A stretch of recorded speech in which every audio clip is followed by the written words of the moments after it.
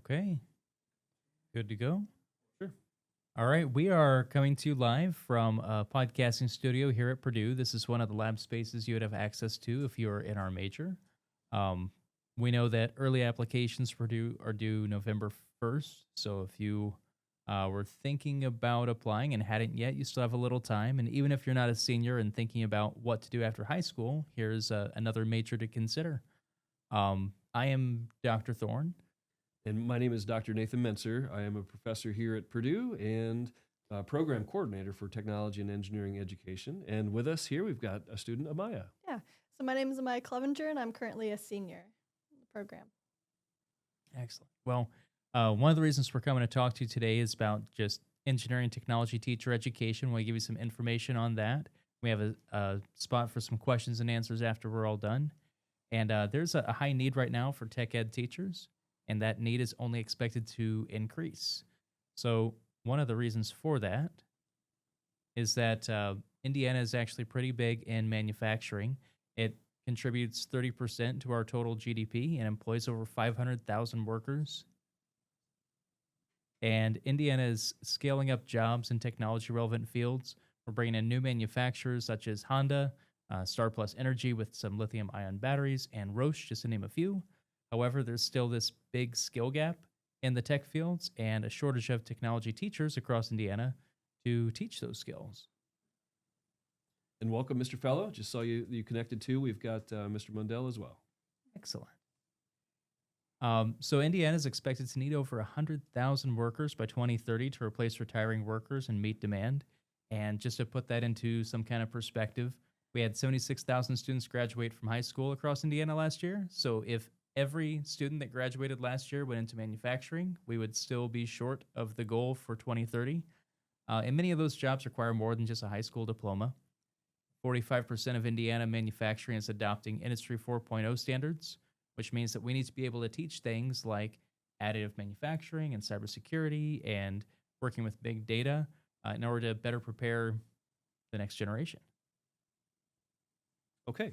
Well, let's talk a little bit about our technology education program here at Purdue. Amaya, would you like to share a little bit about our program and your experiences? Yeah, so our program, I love it for multiple factors, one of them being that it is very close-knit. You can see I'm sitting here with two of my professors today. We all know each other on a first-name basis, and I know a lot of my peers as well.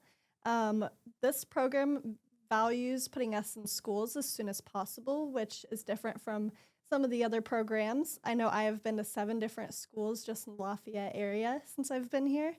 And there's also a great number of extracurriculars you can do as well. There's several jobs. I'm doing a research job and a lab job with Dr. Mincer and another professor here on campus, as well as one of our clubs, which is for our major specifically. Yeah, and I'll just add briefly that tuition's been frozen for 14 years, which makes tuition here at Purdue increasingly affordable, which is a good thing. And as part of our preparation to be a teacher, design and innovation is part of our content area. And we've created a minor that is in design and innovation that students across campus are adding to their majors.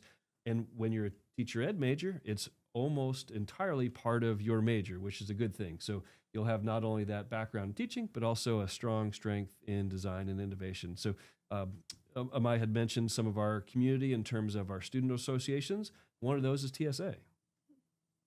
Yep. And speaking of TSA, if you're interested in competing against other high schoolers across Indiana in things like 3D modeling, coding, making balsa wood bridges, CO2 dragsters, robotics, even podcasting, you can ask your teacher about joining and find out more at indianatsa.org. So let's talk about some of the benefits of being an engineering and technology teacher. Amaya, do you want to share why you want to be a teacher? Yeah, so just like you guys, I took a lot of these engineering and tech classes in high school and absolutely loved them, the hands-on nature. But I wanted to be able to help students like myself and like you guys understand the current state of our world, which is very involved with technology. And I myself, I helped a lot during high school as well. It was awesome to get to see students kind of grasp a concept that we just taught them and be able to apply that to their world. So that's kind of one of the reasons why I wanted to be a tech teacher. Some of the other things that you might want to consider, we looked at the Department of Education's website in preparation for today's talk, and we noticed there were 27 job openings right now. mid-semester, and the salaries ranged anywhere from $45,000 to $116,000, and that's just a 9-month contract, and the average being $63,000. So it kind of puts the salary in perspective. And like Amaya was talking about, as a current teacher educator, but then also as a past teacher myself, I really loved playing with the prototyping equipment. You know, you look around the labs that you're in right now, you're there probably because you chose to be there. You're enjoying it. And that's something I enjoyed too as a high school student. And then I enjoyed that kind of freedom as a teacher because I could make the kind of projects with students I wanted to make. I could experiment with the kinds of equipment I wanted to experiment with. And I really enjoyed that. Also, as a teacher, speaking of the salary, when you've got your summer break, which is a big one, or fall or winter or spring breaks as students, for the most part, your teachers are on break as well.